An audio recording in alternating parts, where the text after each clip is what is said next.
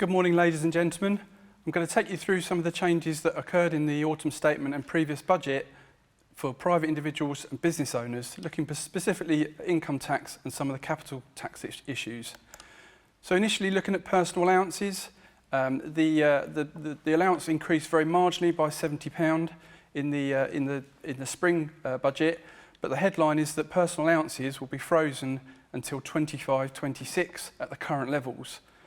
There is, of course, still the income limit of £100,000 where individuals lose their personal allowance, a key element to tax planning, which I'll cover later. There are also still personal savings allowances and dividend allowances, enabling tax-free interest and dividend income to be generated. Looking at personal tax bands for non-dividend income, again, a very marginal increase, only £200. The higher rate threshold, again, frozen until 25-26. So the Chancellor has used a clever trick that many Chancellors have used in the past, known as fiscal drag. There are a number of cliff edges that I'd often talk to clients about, where there's a high income benefit that is at 50,000, there's the personal allowance threshold where it starts to be lost at 100,000, and the additional rate band of 150,000. All these haven't changed for numerous years and have a significant impact on tax liability as a result. So let's look first of all at the freezing of personal allowance and higher rate threshold. The government announced this in the spring, but actually the update we had yesterday had quite a dramatic increase.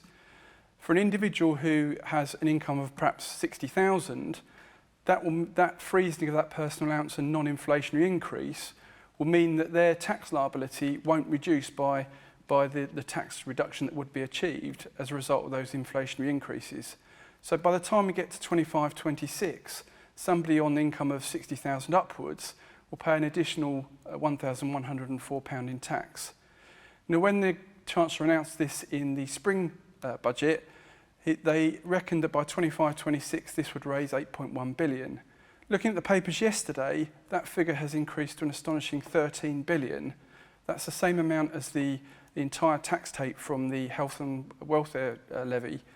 So a significant fiscal drag and a significant tax take from the government by not changing any allowances at all.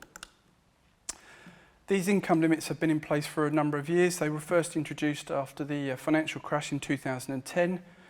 We have the 50,000 high income benefit charge where that starts to be lost and is gone completely by the time you get to 60,000. We've got the personal allowance for loss of 100,000 where your personal allowance is completely lost of just income of just over 125,000, and then additional rate taxes at 150. So let's look at what would happen with these if they had actually been increased by inflation. If we say inflation was 2.5%, the high income child benefit levy would now be just under 70,000. Looking at the personal allowance threshold, that would be almost 145,000, and the additional rate band would now be 217,500. So individuals are paying significant amounts of tax because these limits aren't being increased. So Jason mentioned the health and social care levy. That's going to be an amount of 1.25% initially on national insurance, just so the complexity of collecting this tax can be managed easily. But that will be a completely different levy come 23-24. For individuals and business owners, this might not seem a significant sum, but somebody earning, say, 50,000 is going to pay roughly £500 in additional national insurance and then the levy, and somebody earning 100,000, perhaps an additional 1,000. Now, somebody who has a higher rate taxpayer, if they've got to generate additional income to pay that tax, that might be a 2.5% tax increase, income increase, just to pay that additional tax liability. So looking at what we can do in terms of planning, pension allowances surprisingly were completely unchanged in the autumn statement yesterday. That means individuals can still put up to 40,000 a year in their pension and they have the ability to carry that forward. The one big change that has been in place for a couple of years is that allowance is tapered where income is 240,000, where historically that was 150,000. So if your personal income is 240,000 or less, a £40,000 pension contribution can be extremely tax efficient. There were some minor changes to other administrative bits. The age at which you can access your pension will increase to 57 by 6th of April 2028. And there are some low earners where they have their income between the 10,000 in the personal allowance, where they currently lose out on net pay arrangements, and they will have a top-up come from the government in 25-26 to compensate.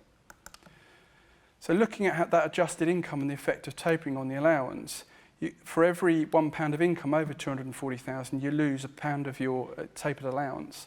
So for example, at £280,000 of income, you get a pension annual allowance of 20,000.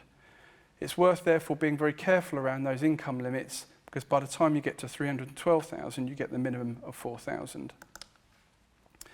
So what if you contribute too much to pensions? There is a way of collecting that tax liability via your self-assessment tax return, known as an annual allowance charge. We particularly see these in final salary pensions, more or less common in personal pension contributions. In a final salary pension, sometimes if somebody has a significant promotion, their pension can increase significantly, and this can cause a personal tax charge. It's now possible, and has been for a while, to pay that tax liability via a scheme pays election, so that your pension scheme pays that tax liability, and there have been some modifications to the timing around those elections, which now makes it far easier for an individual to undertake that. Looking at some things from COVID and the government support, individuals working from home can still claim £6 a week tax relief, or if their employer wishes, their employer can pay them £6 a week to cover the costs from working from home. The government have announced over the last couple of years that ability to make that claim or pay that sum of money will be very relaxed, and an individual will only have to work at home for one day a year in order to make that claim.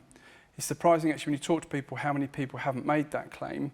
One of the things to also bear in mind is that's a flat rate claim the government allows you to claim regardless of costs. But for many people we might see increasing costs, such as additional heating costs over the next few months, and they might actually be incurring additional costs of more than £6 per week. If that's the case, you can, as an individual, be reimbursed for those additional costs, or indeed claim tax relief for that higher amount. There's also the ability for an employer to cover the cost of any equipment that an employee needs to work from home, and a temporary measure that has been extended so that if an employee spends that amount themselves, the government can reimburse that. So in terms of income tax planning, I would suggest structuring your income to use your spouse's allowances so that both family members are using their income tax. Make pension contributions, consider your business structure. Also think about gift aid donations if you're fully using your pension allowances. So moving on to some capital taxes, capital gains tax is frozen. We still have the rates of 10 and 20% or 18% or 28% for residential property, and there are other reliefs for disposal of business assets and for investors where they can get a 10% tax rate. We also have a welcome change yesterday with UK residential property CGT, where historically or previously you've had to pay the tax and file a return within 30 days. That has now been extended to 60 days. A welcome relaxation, but plan ahead.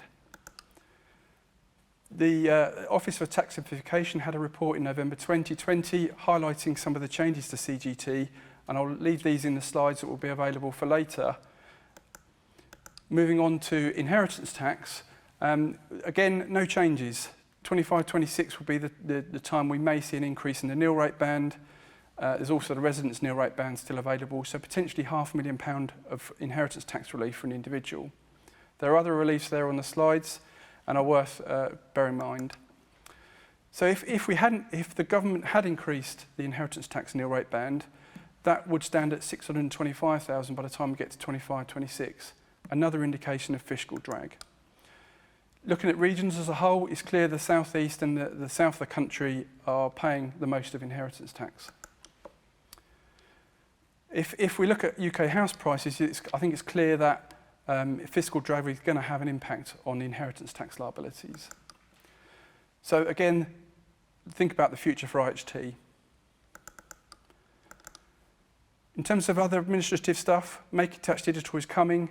It's been pushed back a year for income tax for self-assessment till April 24, and for complex partnerships a year later. There's also the Hmrc Trust Registration Service. All trusts must register with Hmrc whether there's a tax consequence or not, and there are certain time limits for new trusts that will now be important, as well as any changes for trustees. So in summary, Think about the current rates of income tax and national insurance. Plan ahead, they're here to stay.